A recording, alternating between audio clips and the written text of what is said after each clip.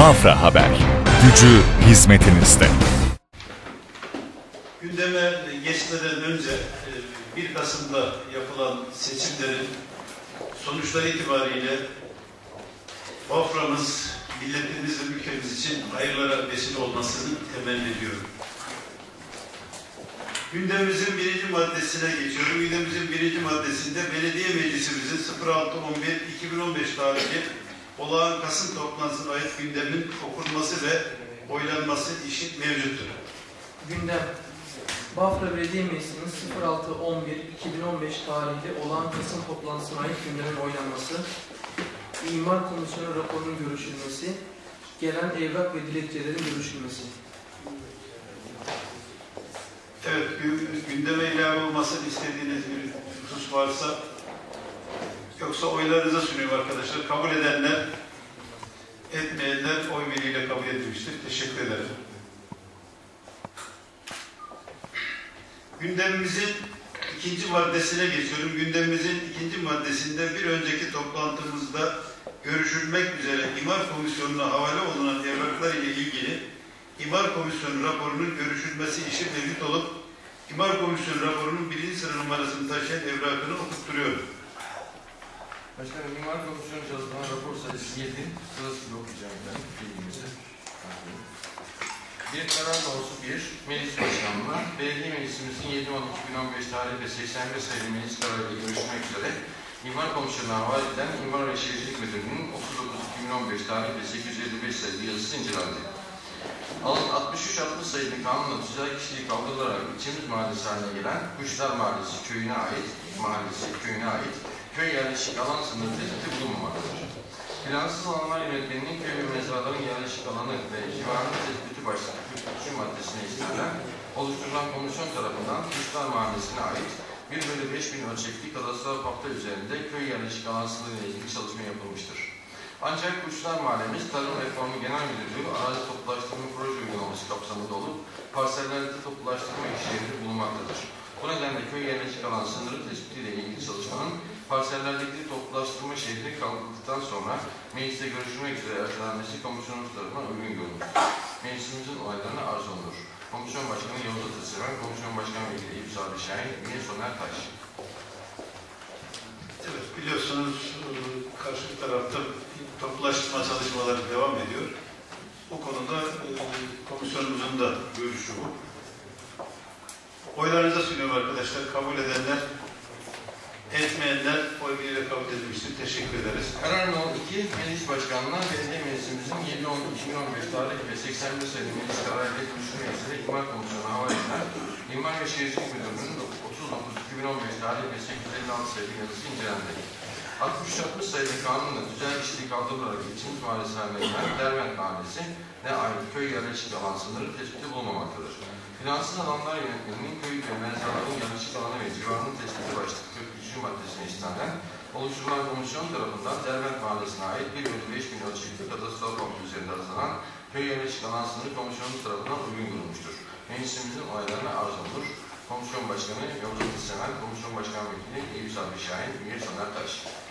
Evet, Derbent köyümüz, mahallemizin yerleşik alanı. Oylarınıza sunuyorum arkadaşlar. Kabul edenler, etmeyenler oy birliğiyle kabul edilmiştir. Teşekkür ederiz. Karar No. 3, Meclis Başkanlığı'na Belediye Meclisimizin 7.10.2015 tarih ve 81 sayılı meclis kararı ile görüşmek üzere İmar Komisyonu'na havale edilen İmar ve Şehircilik Müdürlüğü'nün 39.2015 tarih ve 857 sayılı yazısı incelendi. 63-60 sayılı kanunla tüzel kişiliği kaldırılarak ilçemiz mahallesi haline gelen Çatak Mahallesi'ne ait köy yerleşik alan sınır tespiti bulunmamaktadır. Plansız alanlar yönetmeninin köy ve mezraların yerleşik alanı ve civarının tespiti başlıklı 43. maddesine istinaden oluşturulan komisyon tarafından Çatak Mahallesi'ne ait 1/5000 ölçekli kadastral hafta üzerinde hazırlanan köy yerleşik alan sınırı komisyonumuz tarafından uygun görülmüştür. Meclisimizin olaylarına arz olunur. Grup köylerimizin, yeni mahallelerimizin tabii yerleşik alanları oluşuyor. Bu sefer de Çatak Mahallemiz. Evet arkadaşlar, oylarınıza sunuyorum. Bu konuyu biliyorsunuz. Kabul edenler, etmeyenler oy birliğiyle kabul edilmiştir. Teşekkür ederim. Karar No. 4, Meclis Başkanı'na Belediye Meclisimizin 4.9.2015 tarih ve 69 sayılı meclis kararı ile Osmanbeyli Mahallesi'nde 726 nolu parselde talep edilen 1/1000 ölçekli imar planı değişikliği teklifindeki yapılaşma şartı ile ilgili Çevre Şehircilik İl Müdürlüğü'nden görüş alınması ve gelecek görüşe göre karar verilmesi için İmar Komisyonu raporunun ertelenerek ileriki mecliste görüşülmek üzere belediye meclisine sunulması kararlaştırılmıştır.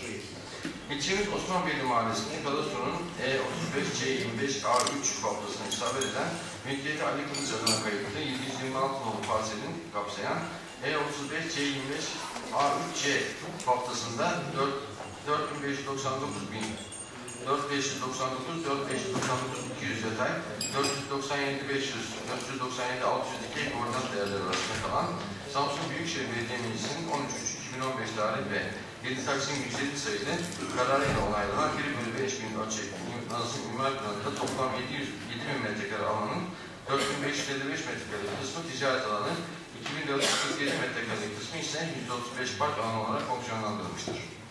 1/5000 Nazım İmar Planı kararları doğrultusunda hazırlanan teklif 1/1000 uygulama imar planı ilişkisinde ticaret alanında Samsun Sınır Karayolu'ndan 25 metre, diğer sınırlardan 5 metre çekme mesafede oluşturulan yapı alanı içerisinde toplam inşaat alanı E1100 yapı yüksekliği ise en çok 9.50 metre yapı şartı verilmiştir.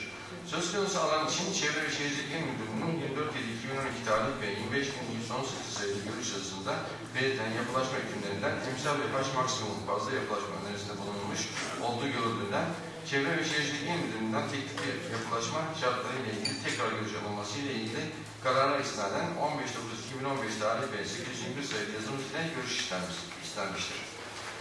Çevre ve Şehircilik İl Müdürlüğü'nün 5.10.2015 tarih ve 145 sayılı yazılarında söz konusu alanda hazırlanan ve İl Genel Meclisi'nin 3.7.2013 tarih ve 9. sayılı kararıyla onaylanan konut dışı kentsel çalışma alanı beton santrali amaçlı imar planı değişikliğinin Samsun 2. İdare Mahkemesi'nin esas 2013 Taksim 1334 ve karar 2014 Taksim 915 sayılı kararıyla iptal edildiği aynı alanda ilgili olarak hazırlanan ticaret alanı amaçlı Nazım İmar Planı değişikliği teklifinin Samsun Büyükşehir Belediye Meclisi'nin 13.2015 tarih ve 7 Taksim 107 sayılı kararıyla onaylandığı belirlenmiştir. Ancak Danıştay'ın almış olduğu 1997 Taksim 4680 K 1998 Taksim 2489 sayılı örnek kararında imar planı değişikliklerinin idari yargı yerlerince iptali sonucunda önceki planların kendinden yönlendirmeyip plansız bir konumda kalan bu bölgeye ilişkin yeni imar planının yapılması gerektiği ifade edilmektedir.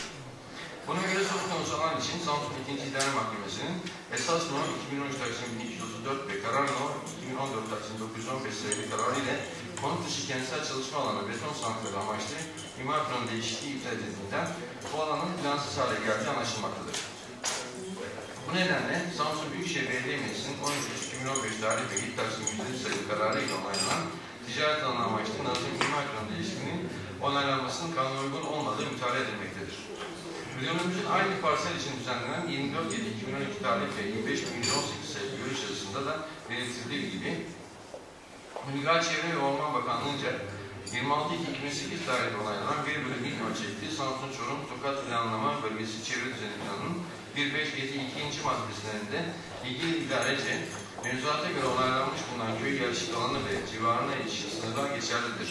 1.5.7.6 maddesinde köyün genel ihtiyaçlarına yönelik olarak yapılacak sosyal ve ticari tesisler, köy konağı, cami, okul, spor alanı, harman yeri, pazar yeri, sağlık ocağı, sağlık evi, PTT, karakol, ticari merkez, mezarlık ve bunun gibi için yapılaşma koşulları ilgili idaresince belirlenir. Bu kullanımlar dışındaki her türlü faaliyet için turizm, veya bölgesel ticaret kullanımlar ve bunun gibi imar planı yürütme sorunu olup, emsal 0.50, kaç maksimum 650 metre 2 katlı geçemez hükümleri bulunmaktadır.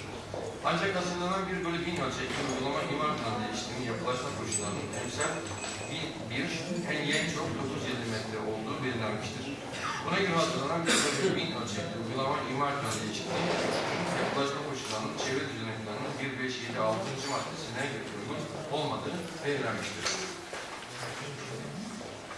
Alınan görüşe göre 1/1000 uygulama imar planı değişikliği teklifi komisyonumuza uygun görülmemiştir. Meclisimizin onaylarına arz olunur.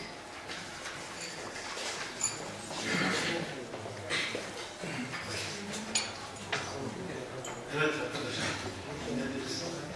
Yerin nere olduğunu arkadaşlarla anlayacak şekilde o zaman bir açıklama yapılsın.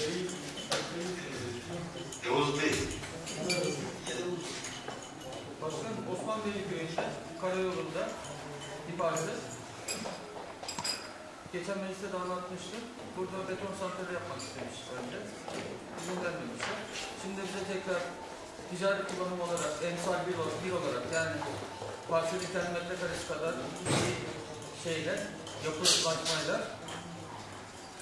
müracaat etmişler. Yalnız buradaki yapılaşmanın kanuni sınırları 0,50. Yani parselin alanının yarısı kadar ve katta 3 kat teklif etmişler. Kanuni sınır 2 kat. Bu yüzden bunu reddediyoruz. Teklif kabul edilmiyor. Arkadaşlar anlaşılmayan bir husus var mı? Oylarınıza sunuyorum o zaman. Kabul edenler komisyondan geldiği şekilde, etmeyenler oy birliğiyle kabul edilmiştir. Teşekkür ederim. Karar No 5 Meclis Başkanlığı'na Arkada bak sohbet etmiyor arkadaşlar. Oy verdiniz vermediniz belli değil şu anda. Meclis Başkanlığı'na Belediye Meclisimizin 7-12-2015 tarih ve 81 sayılı meclis kararıyla görüşülmek üzere İmar Komisyonu'na havale edilen Emlak ve İstimlak Müdürlüğü'nün 5-12-2015 tarih ve 749 sayılı yazısı 2-8-9-2015 tarih değişim izlendi. İlçemiz Mevlana Mahallesi'nde şehir imar planının 20 M4 haftasında park alanına isabet edilen 249 ada 2 nolu parselin kamulaştırılması talep edilmektedir. Söz konusu park alanına 249 ada 2 nolu parsel ile birlikte 249 ada 1 nolu parselin de isabet ettiği tespit edilmiştir. İlçemiz Mevlana Mahallesi'nde şehir imar planının 20 M4 haftasında park alanına isabet edilen 249 ada 1 ve 2 nolu parsellerin 5 yıllık anlaşma programı alınması komisyonumuzca uygun bulunmuştur. Meclisimizin olaylarına arz olmuş. Evet arkadaşlar, kamulaştırma programının altında oylarınıza sunuyorum arkadaşlar. Kabul edenler, etmeyenler oy birliğiyle kabul edilmiştir. Teşekkür ederiz. Karar No 6 Meclis Başkanlığı'na Belediye Meclisimizin 7-12-2015 tarih ve 81 sayılı meclis kararıyla görüşülmek üzere İmar Komisyonu'na havale edilen Emlak ve İstimlak Müdürlüğü'nün 5-12-2015 tarih ve 750 sayılı yazısı 2-4-9-2015 tarih ve 19.872 sayılı Türkiye İş Bankası'nın yazısı incelendi. İlçemiz Fatih Tapılı Büyükçay Mahallesi'nde şehir imar planının 21K3 patlasında park alanına isabet eden mülkiyeti Türkiye İş Bankası adına kayıtlı 25 ada 41 nolu parselin kamulaştırılması talep edilmektedir. İlçemiz Mevlana Mahallesi'nde şehir imar planının 21K3 patlasında park alanına isabet eden 25 ada 41 nolu parselin 5 yıllık kamulaştırma programına alınması komisyonumuzca uygun bulunmuştur. Meclisimizin onaylarına arz olunur. Fatih Mahallesi ile Mevlana Mahallesi. Ayrı ayrı mı? Hayır. Mevlana ayrı. Evet arkadaşlar, oylarınıza sunuyorum. Kabul edenler, etmeyenler oy birliğiyle kabul edilmiştir. Teşekkür ederim. Karar No 7 Meclis Başkanlığı'na Belediye Meclisimizin 7-12-2015 tarih ve 81 sayılı meclis kararıyla görüşülmek üzere İmar Komisyonu'na havale edilen Hukuk İşleri Müdürlüğü'nün 6-12-2015 tarih ve 47 sayılı yazısı incelendi. Davacılar Zeynep Bağımcılar ve Halim Erdoğdu tarafından Bafra Belediye Meclisi'nin 14-11-2014 tarih ve 112 sayılı kararının iptal edildiği açılan dava, Samsun 1. İdare Mahkemesi'nin 2011 Taksim 1923 esas ve 2012 Taksim 704 karar sayılı kararıyla kabul edilmiştir. Söz konusu karar belediyemizde temiz edilmiş olup, temiz kararı da 6-3-2015 tarihinde tefekkür edilmiştir. Yine kararın onanması üzerine belediyemizde karar düzeltme yoluna gidilmiştir. Dava şu an derdesttir. İptal edilen kararın yerine tekrar karar alınması gerektiğinden konu komisyonu tarafından incelenmiştir. Samsun 1. İdare Mahkemesi'nin 2011 Taksim 1923 esas ve 2012 Taksim 24 karar sayılı kararında tezkerler 818 141 ada 57 parselin bulunduğu alanın ve çevresinin planlı bir alan olduğu, planlı bir alan içerisinde bulunan söz konusu taşınmazın çevresinde bulunan taşınmazlar için belirlenen fonksiyonlar göz önüne bulundurularak plan bütünlüğü içerisinde fonksiyonun yeniden değerlendirilmesi gerektiği belirtilmektedir. Bu çerçevede tezkerler 818 141 ada 57 parselin bulunduğu alan mevzi imar planıdır. Mahkeme kararı doğrultusunda mevzi plan alanı içerisinde bulunan taşınmazlar için belirlenen fonksiyonlar göz önünde bulundurularak plan bütünlüğü içerisinde fonksiyonun yeniden değerlendirilmesi için mülkiyet sahibinin mekansal planlar yönetim yönetmeninin imar planı değişiklikleri başlığı 26. maddesi hükümler hükümeti alınarak hazırlatacağı imar plan değişikliği teklif dosyasının belediye başkanına sunulması halinde değerlendirme komisyonumuzca uygun bulunur. Değerlendirilmesi komisyonumuzca uygun bulunmuştur. Meclisimizin olaylarına arz olur. Komisyon Başkanı Yavuz Ateşen, Komisyon Başkan Vekili Güzel Şahin, üye Soner Taş. Yavuz Bey, bunu da arkadaşların anlayacağı şekilde bir kısa izah Sizler de söz.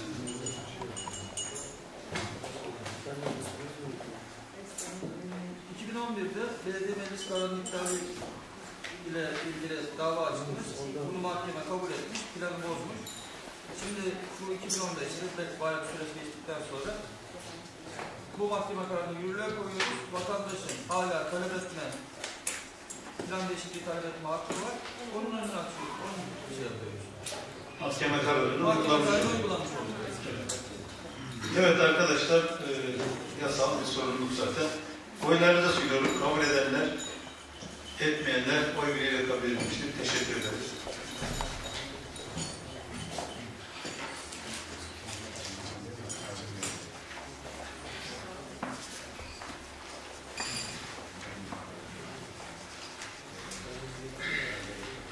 Gündemimizin 3. maddesine geçiyorum. Gündemimizin 3. maddesinde gelen evrak ve dilekçelerimizin görüşülmesi için mevcut olup 1. sıra numarasını taşıyan evrakı İmar Komisyonu ile ilgili olduğundan okunmadan İmar Komisyonu havalesini oylarınıza sunuyorum. Evet. İmar Komisyonu'na gidecek 1. madde, tadilatla ilgili. Oylarınıza sunuyorum. Kabul edenler, etmeyenler oy birliğiyle kabul edilmiştir. Gelen evrak ve dilekçelerimizin 2. sıra numarasını taşıyan evrakı Sera OSB ve üye seçimiyle ilgili yazı işleri müdürlüğünün 04.11.2015 tarihinde 814 sayılı yazısı olup yazıyı okutturuyor. Başkanla Bilgi Bağlı Ticaret ve Sanayi Odası'nın 15.10.2015 tarih ve 2015 tarihinde 1177 yazısı.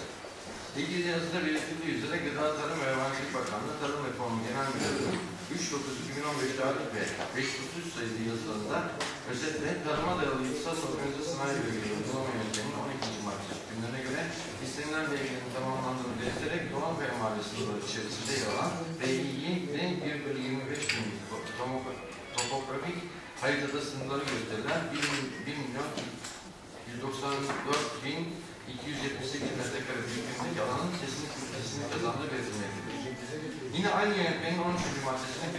fıkrasına göre Samsun Bafra Tarıma dayalı Sera OSL'nin güzel kişilik kazanabilmesi için ilçede gönderilen kuruluş protokolünün hazırlanarak aynı maddeye verilen temsilciler tarafından imzalanıp faalin olumlu görüşüyle bakanlığa gönderilmesi gerekmektedir. Kuruluş protokolünün yapılması için öncelikle OSB'ye katılacak olan ortakların ve ortaklık oranlarının belirlenerek üye sayılarının belirlenmesi gerekmektedir. OSB Kanunu 7. maddesine göre müteşebbisi oluşturacak üye sayısı 15 asil ve 15 yıl birden fazla olamaz. Müteşebbiste yer alan üyeler 2 yıl için seçilir denilmektedir. Bu konuyla ilgili Samsun Valisi Sayın İbrahim Şahin, Samsun Büyükşehir Belediye Başkanı Sayın Yusuf Ziya Yılmaz, Bafra Belediye Başkanı Sayın Deniz Şahin, Bafra Ticaret ve Sanayi Odası Başkanı Sayın Göksel Başar, Bafra Ticaret Borsası Başkanı Sayın Namık Kibaroğlu ve Bafra Ticaret Odası Başkanı Sayın Şükrü Derebey'in Başkan Yardımcısı Sayın Şükrü Bey'in katılımı ile 15.10.2015 tarihinde yapılan toplantıda varılan mutabakat neticesinde müteşebbis heyetin ortaklara ve hisse oranları belirlenmiştir. Belediyemizin hisse oranı %15 olarak belirlenmiş olup oluşturulan Samsun Bafra Tarıma dayalı Sera OSB'ye %15 oranında 5309 sayılı Belediye Kanunu 18. maddesinin o bendi gereği konumuzca ortak olmamasına ve gerekli iş ve işlemlerin yapılması için Belediye Başkanı Ziya Şahin'e yetki verilmesine, Samsun Bafra Tarıma dayalı İhtisas Sera Organize Sanayi Bölgesimizin müteşebbis heyetine görev almak üzere %15'lik hissemize karşılık olarak kuruluş protokolünde belirlenen 2 asil 2 yedek üye ile temsil edileceğimizden belediye meclisimizce 2 asil ve 2 yedek üyenin seçiminin yapılması da gereğini arz edilecektir. Yazı işlemlerinin yazısıdır.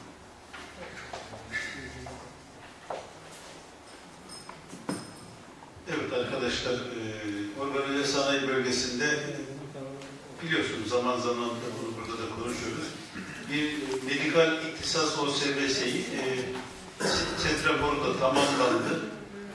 Hatta Başbakanımız da Samsun Cumhuriyet Meydanı'nda.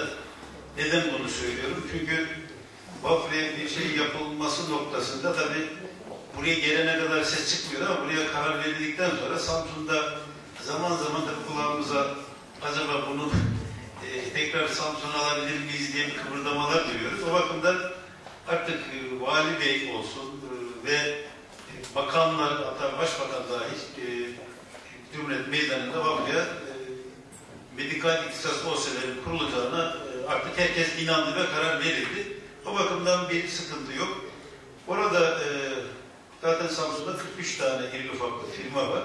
Onların talepleriyle bu yola girdik. Bir de sera OSB ile ilgili çalışmamız vardı. Burada bizim belediye, Ticaret Odası, Ticaret Borsası, Ziraat Odası olarak biz yola çıktık ama bizim şimdi bakıyoruz her yere ortağız. Bayağı da ödemeler, şeyler de çıkıyor. Bu sefer dedik ki yatırım izlemeyi de valilik yatırım izlemeyi de ortak alalım. Bir de aynı zamanda büyük şehirde katalım işinde ki sahiplensin herkes. Onlarla da geçen de bir toplantı yaptık. Vali Bey, Büyükşehir Belediye Başkanı. Onlar da tamamen sahiplendiler. Şimdi inşallah o da Sera OSB'nin yönetimi oluştu. Tabii biz de resmi prosedürü yerine getirmiş oluyoruz. Biz ortağız, %15 ortak. Bir de benimle beraber bir tane daha üye seçilecek orada temsilen. 2 yedek. Evet, 2 asil 2 yedek. Evet. Evet. Üyeler konusunda yani asil ve yedek üye isimlerinin verilmesi konusunda öneriniz varsa Zini Şahin, asıl Ali Kale yedek üye. Yok, asıl. İki asil ya. Şaban Deniz, Ümit Sezgin. Yedek. yani Zihni Şahin ve Ali Kale asil üye, Şaban Şaban Deniz, Deniz ve Ümit Sezgin yedek üye olarak yedek ediyorsunuz. Evet. Evet.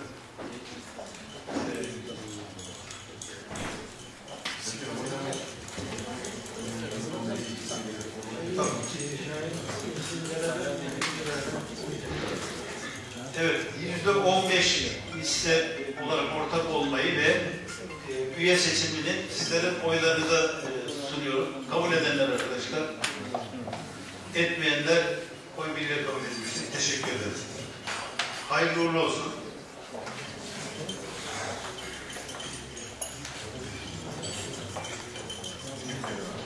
Evet, genel evrak ve dilekçelerimizin bütün sıra numarasını taşıyan evraklar hizmet damgalı gri pasaport ile ilgili İnsan Kaynakları ve Eğitim Müdürlüğü'nün 05.11.2015 tarih ve 493 sayılı yazısı olup yazıyı okutturuyor.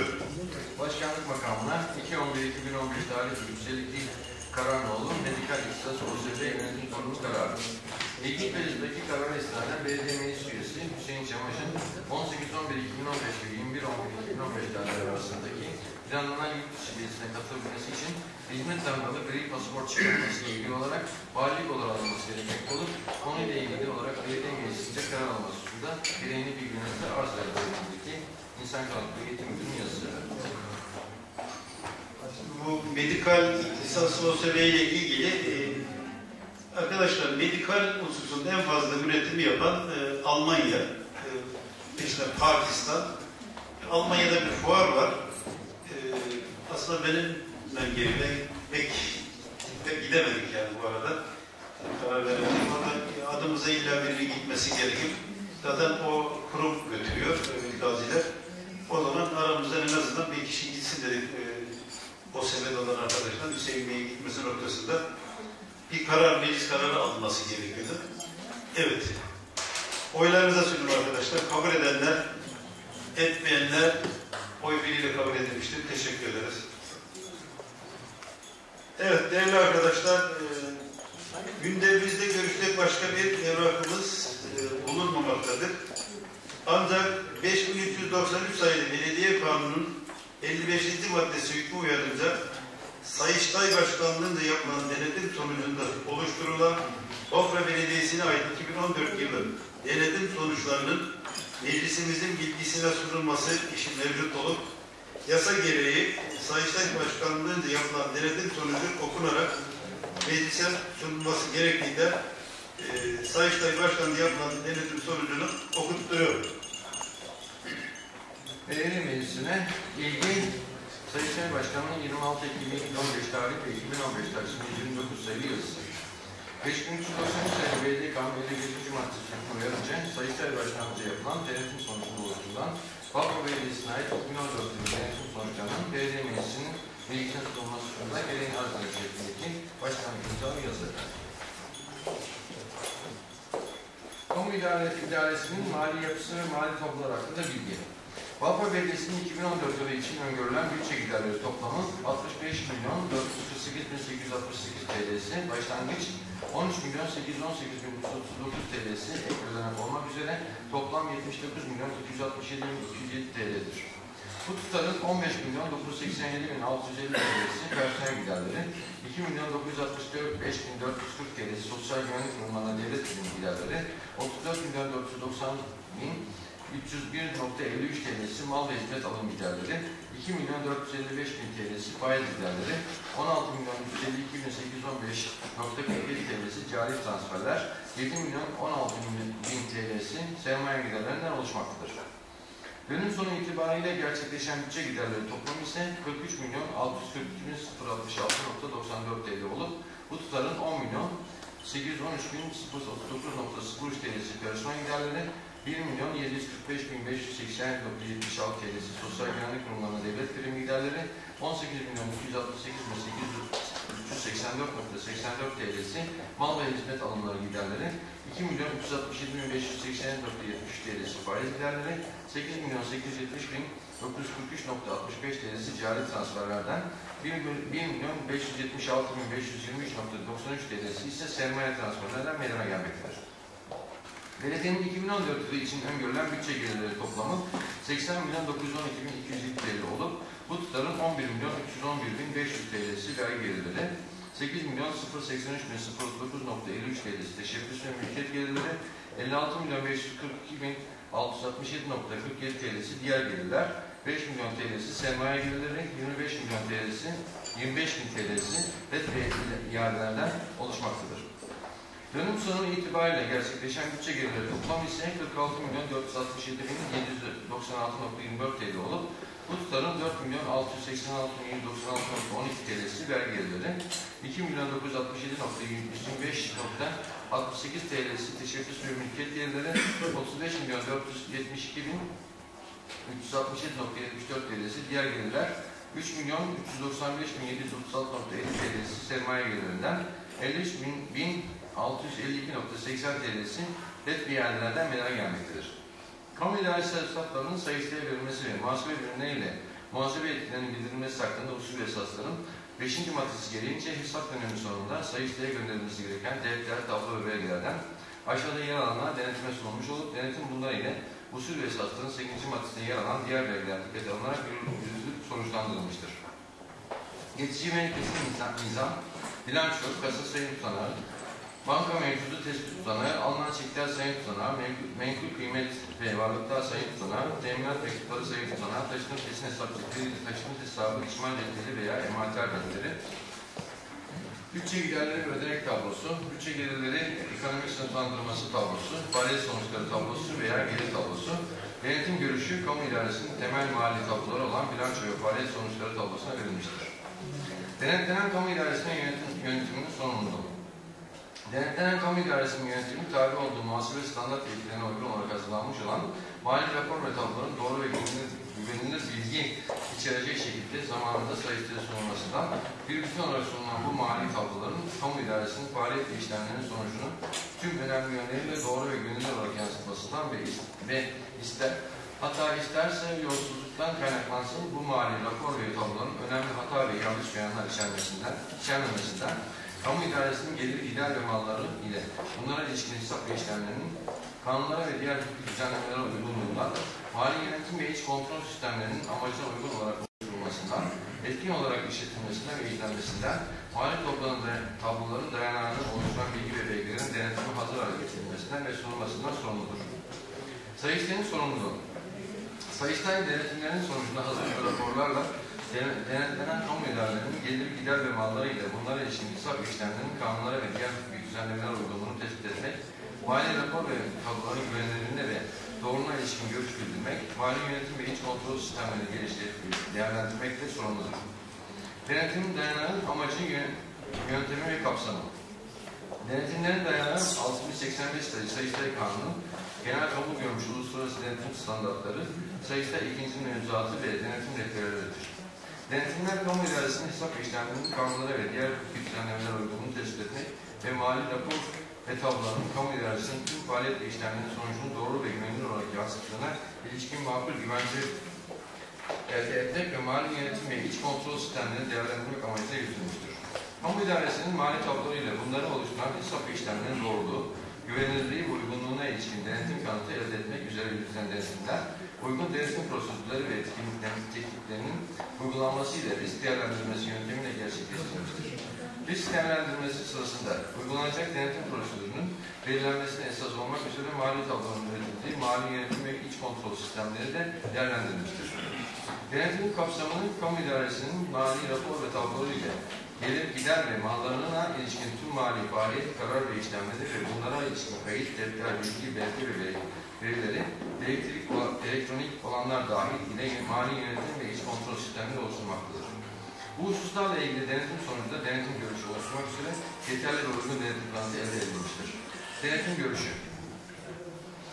Bafra Belediyesi 2014 yılına ilişkin yukarıda belirtilen mevkide yer alan mali rapor ve tabloların tüm önemli yönleriyle doğru ve güvenilir bilgi içerdiği kanaatine varılmıştır. Gereği arz edilir.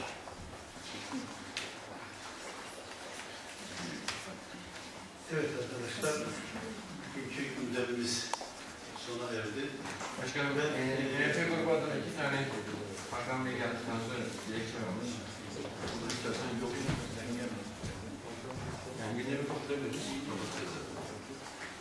Evet, gündemi başlangıçta söylemedik ama Hasan Bey'in de aramızda olmasından gerçekten çok mutlu olduk. Yani Allah ona hayırlı şifa versin, sağlık, afiyet versin diyorum.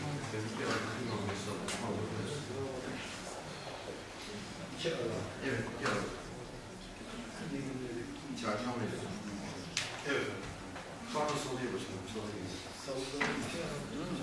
Çarşamba Çarşamba alıştık artık. Çarşamba günü var. 3 Aralık 2015 Çarşamba.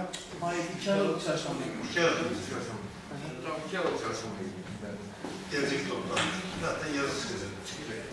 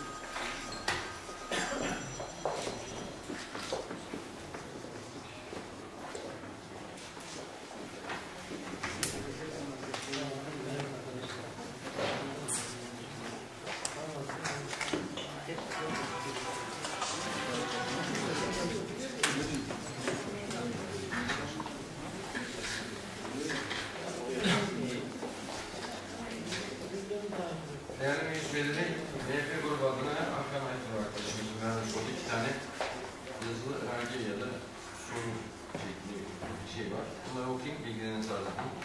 Bafra Belediye Meclisi'nde ilçemizde pazartesi ve perşembe günleri kurulan pazar yerlerinin yetersiz kalmasından dolayı kaldırımlarda sağlıksız bir şekilde satış yapılmakta hem de kaldırım işgali yapılmaktadır.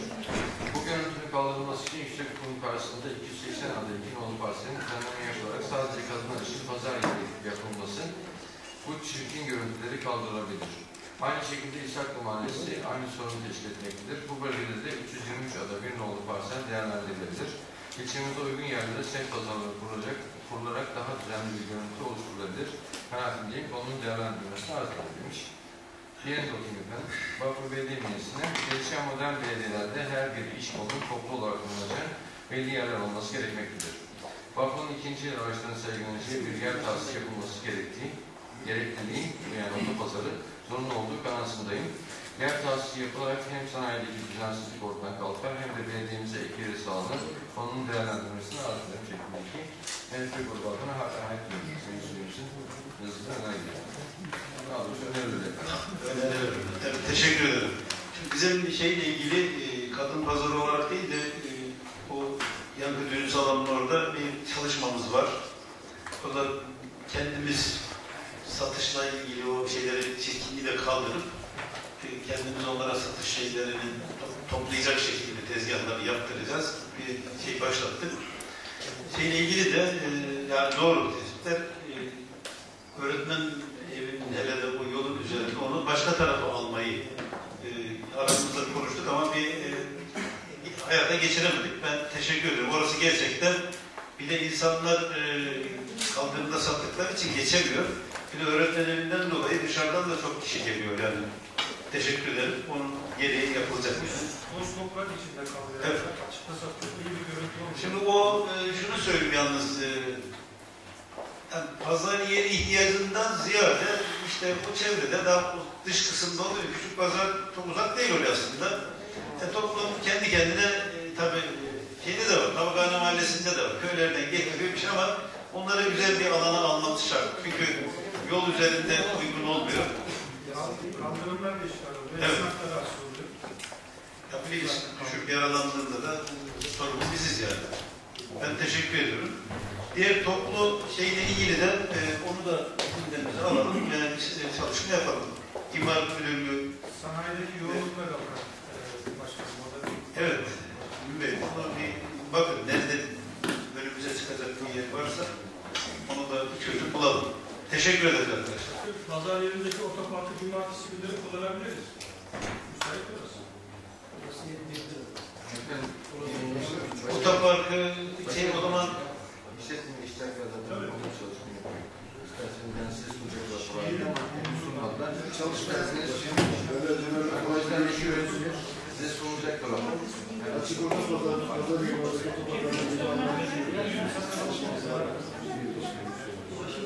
çalışmalarınızı yapın. Burada biz de Tamam başkanım. Galerci esnafıyla falan görüşüyoruz. Sanayide falan. Ondan sonra bilgi elde edeceğiz. Et oldu da. Galerciler sitesine de yakın bir yer olabilir başkanım. zaten arkada bir 12 dönüm yer vardı.